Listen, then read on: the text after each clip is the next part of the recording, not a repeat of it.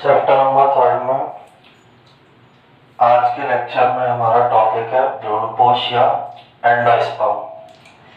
इससे पहले के लेक्चर में हम पढ़ चुके हैं कि भ्रूणपोष का निर्माण प्राथमिक भ्रूणपोष केंद्रक के द्वारा किया जाता है तथा यह भ्रूणपोष विकसित हो रहे भ्रूण को पोषण प्रदान करने का कार्य करता है। इसके नोट्स के लिए आप पहले इसका स्क्रीनशॉट ले सकते हैं, इसलिए मैं थोड़ी देर रुक जाता हूं, फिर हम आगे कंटिन्यू करेंगे।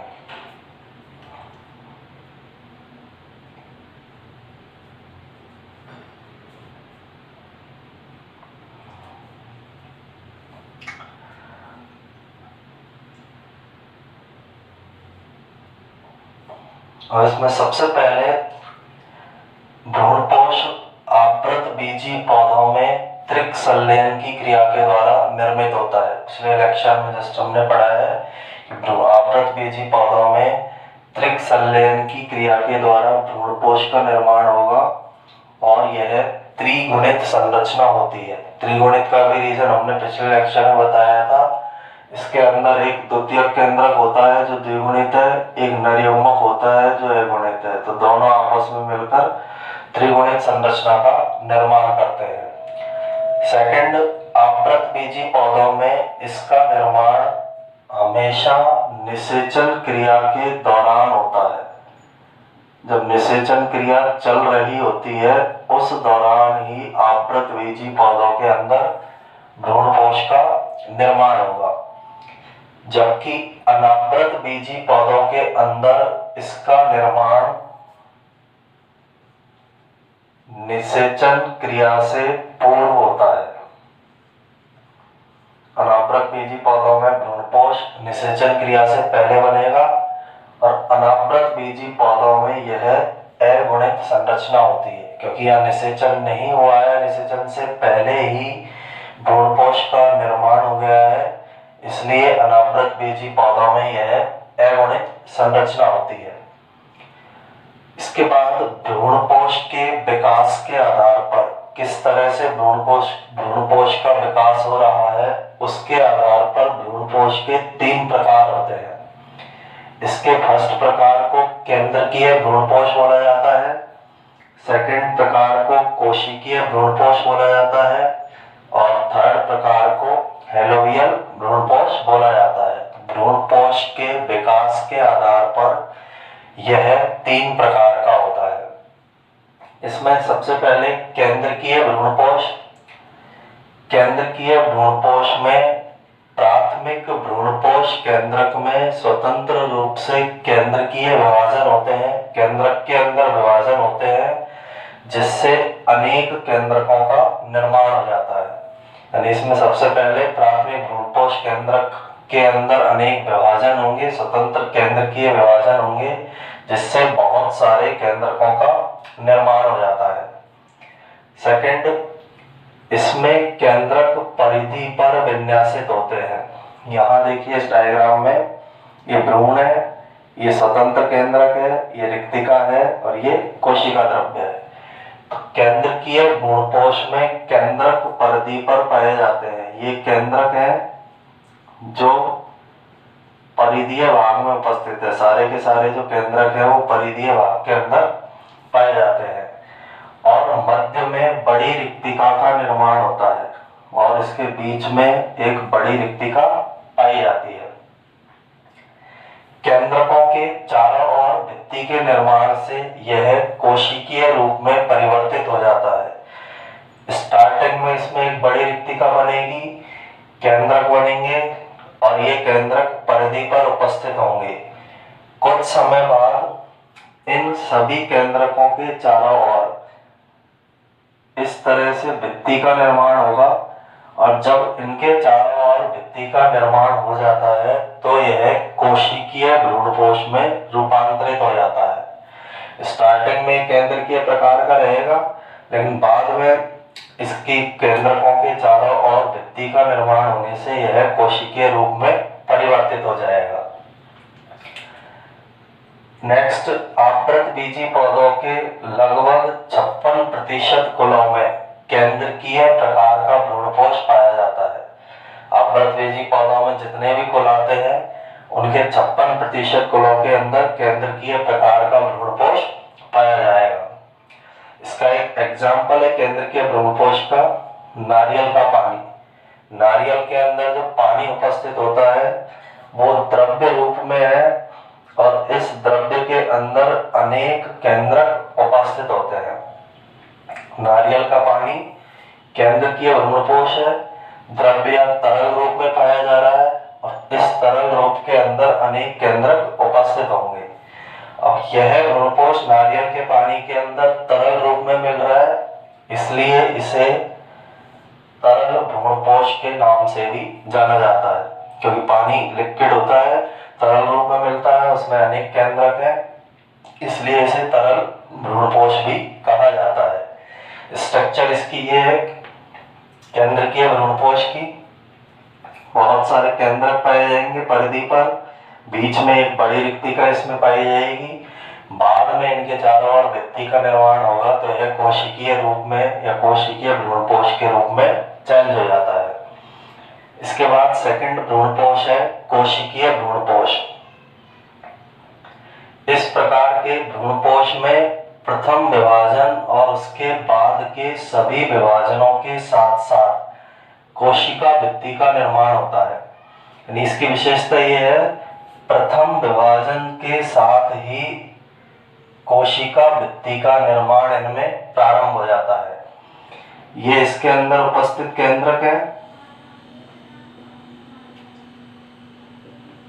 और ये इन केंद्रकों के चारों तरफ पाई जाने वाली भित्ति है। तो कोशिकीय भ्रूणपोष के अंदर पहला जैसे ही विभाजन होगा केंद्रक में, वैसे ही भित्ति का निर्माण स्टार्ट हो जाएगा और उसके बाद के सभी विभाजनों के साथ साथ भी भित्ति बनती रहती है। इस भ्रूणपोष में चूस्कांग का विकास होता है और इस प्रकार के भ्रूणकोश के अंदर चूस्कांग नामक संरचना विकसित होती है। यानी चूस्कांग एक प्रकार का चूसने वाला अंग होता है जिससे पोषण प्राप्त करने की क्रिया को संपन्न किया जाएगा। चूस्कांग के द्वारा भ्रूण पोषण प्राप्त करेगा। ये जो स्ट्रक्चर हमको दिखाई दे रही है ये चूस्कांग स्ट्रक्चर है। इस वाली स्ट्रक्चर को हम चूस्कांग बोलेंगे। तो कोशिकीय भ्रूणपोष के अंदर चूस्कांग का विकास होगा और इसका एग्जाम्पल है गैमोपेटेली वर्ग के सदस्य। आवृतबीजी पौधों में जो गैमोपेटेली वर्ग है उसके सदस्यों में कोशिकीय प्रकार का भ्रूणपोष मिलेगा। उनमें भी एक पौधे का नाम है बरबैस्कम। बरबैस्कम पौधे के अंदर कोशिकीय प्रकार का भ्रूणपोष पाया जाता है। इसके बाद थर्ड प्रकार का भ्रूणपोष है हमारा हेलोबियल भ्रूणपोष। हेलोबियल भ्रूणपोष को मध्यवर्ती भ्रूणपोष भी कहा जाता है क्योंकि इसके अंदर कुछ गुण केंद्रकीय भ्रूणपोष के और कुछ गुण कोशिकीय भ्रूणपोष के पाए जाते हैं। दोनों प्रकार के भ्रूणपोषों के मध्य वाले गुण इसके अंदर उपस्थित है, दोनों के गुण उपस्थित है, इसलिए इसे मध्यवर्ती भ्रूणपोष के नाम से भी जाना जाता है। हेलोबियल भ्रूणपोष में प्राथमिक भ्रूणपोष केंद्रक में प्रथम विभाजन के बाद भित्ति का निर्माण होता है जिससे एक बड़ी कोशिका और एक छोटी कोशिका बनती है। तो इन दोनों में डिफरेंस है, यहाँ प्रथम विभाजन के साथ ही भित्ति का निर्माण हो रहा है कोशिकीय भ्रूणपोष में, जबकि हेलोबियल भ्रूणकोश में प्रथम विभाजन के बाद भित्ति का निर्माण होगा। अब प्रथम विभाजन के बाद भित्ति का निर्माण होगा तो एक छोटी कोशिका का और एक बड़ी कोशिका का निर्माण होता है। इस प्रकार के भ्रूणपोष में निभाग वाले सिरे की तरफ एक कोशिका बनती है और बीजांड द्वार वाले सिरे की तरफ दूसरी कोशिका बनती है। निभाग सिरे पर जो कोशिका बनेगी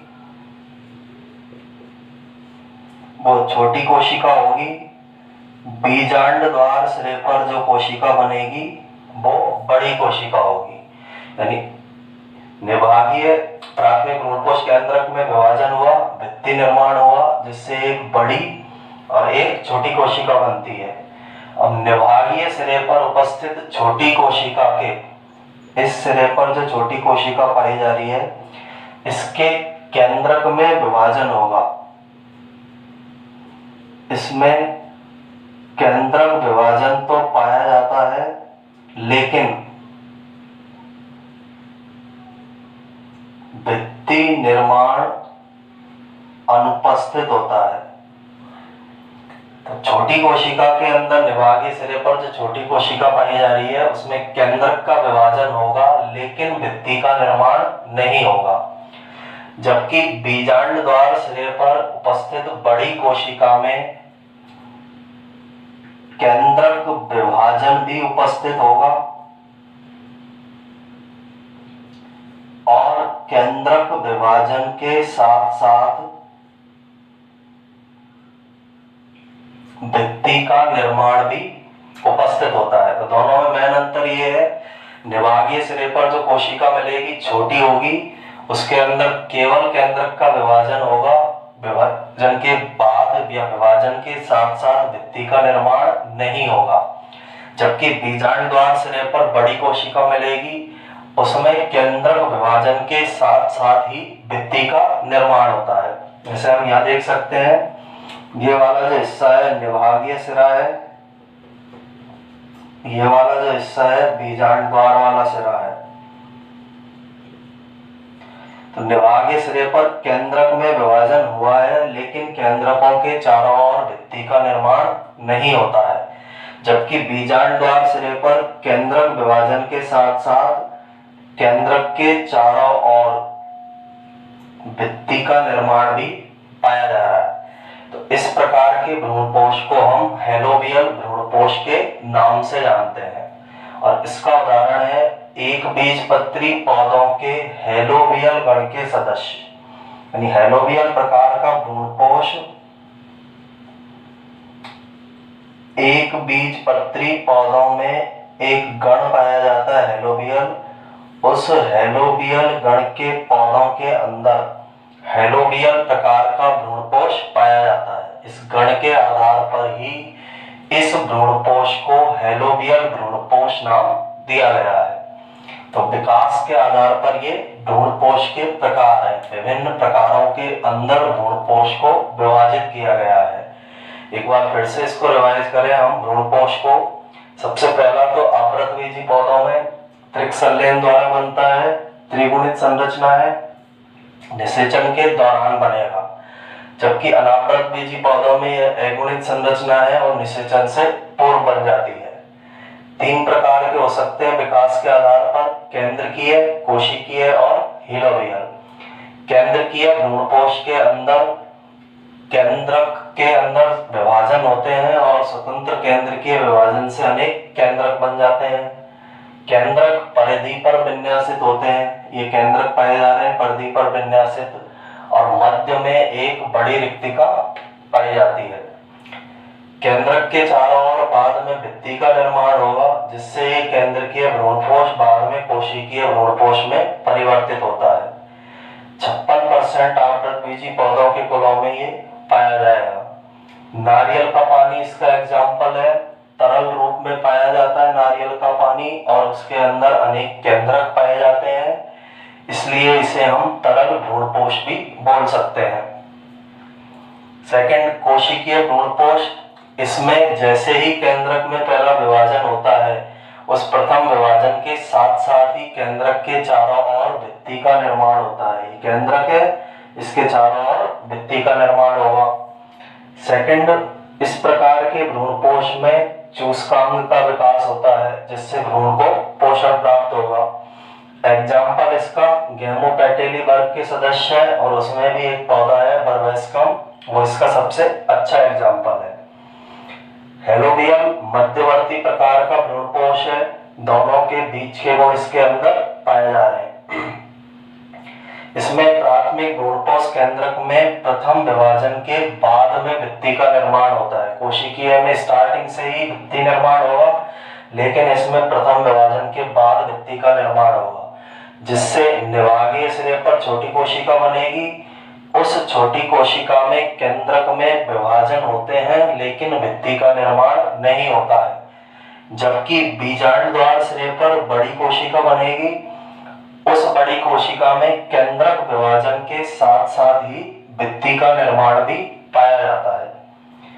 एग्जाम्पल इसका, एक बीजपत्री पौधों में एक गण होता है हेलोबियल, उस हेलोबियल गण के सदस्यों में, हेलोबियल गण के पौधों के अंदर हेलोबियल प्रकार का भ्रूणपोष पाया जाता है।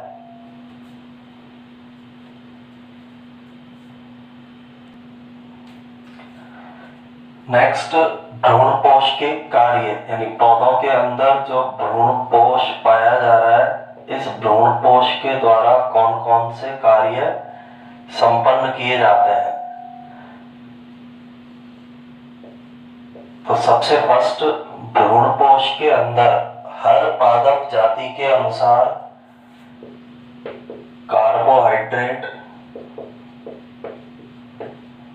प्रोटीन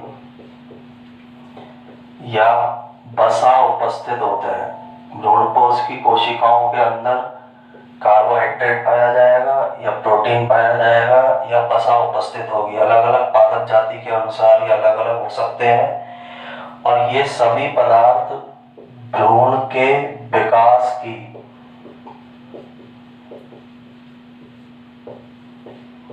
अवस्थाओं में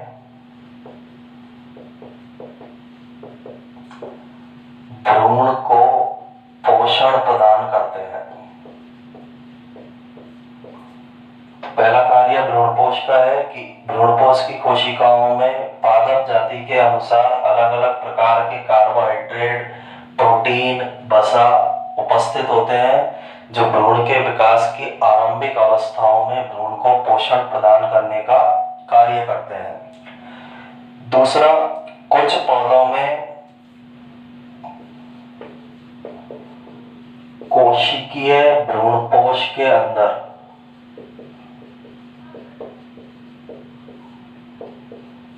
चूसकांग पाए जाते हैं और ये चूसकांग भ्रूणपोष के अंदर से अथवा उसके पास उपस्थित या बाहर उपस्थित कोशिकाओं से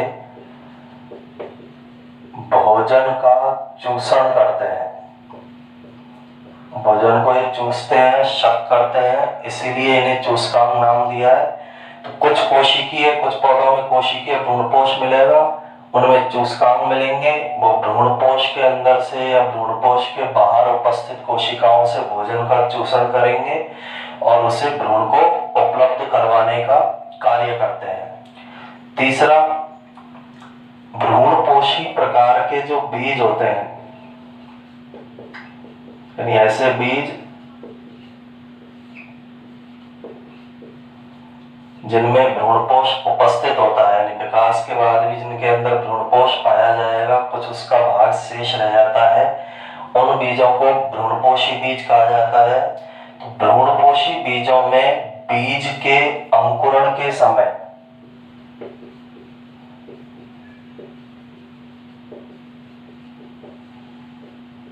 यह भ्रूणपोष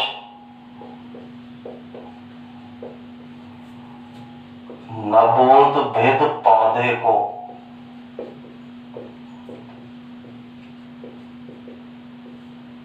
पोषण प्रदान करने का कार्य करता है। तीन प्रकार के कार्य संपन्न किए जाएंगे। भ्रूणपोष की कोशिका में कार्बोहाइड्रेट, प्रोटीन या वसा उपस्थित है जो भ्रूण के विकास की अवस्थाओं में भ्रूण को पोषण प्रदान करते हैं। कुछ पौधों में कोशिकीय भ्रूणपोष मिलेगा जिसके अंदर चूसकांग मिलते हैं। ये चूसकांग भ्रूणपोष से अथवा उसके बाहर उपस्थित कोशिकाओं से भोजन का चूषण करते हैं। जो यह भोजन आएगा, यह भोजन भी भ्रूण को पोषण प्रदान करने का कार्य करता है। तीसरा, भ्रूणपोषी प्रकार के बीजों के अंदर भ्रूणपोष कुछ मात्रा में शेष रहता है, इसलिए बीज के अंकुरण के समय यह भ्रूणपोष नवोद्भिद पौधे को पोषण प्रदान करने का कार्य करेगा। यानी बीज से जब जैसे ही पौधा निकलता है उसे नवोद्भिद पौधा कहते हैं, तो कुछ समय के लिए यह भ्रूणपोष उस नवोद्भिद पौधे को पोषण प्रदान करने का कार्य करता है। तो 3 कार्य जो है पौधों के अंदर भ्रूणपोष के द्वारा संपन्न किए जाते हैं।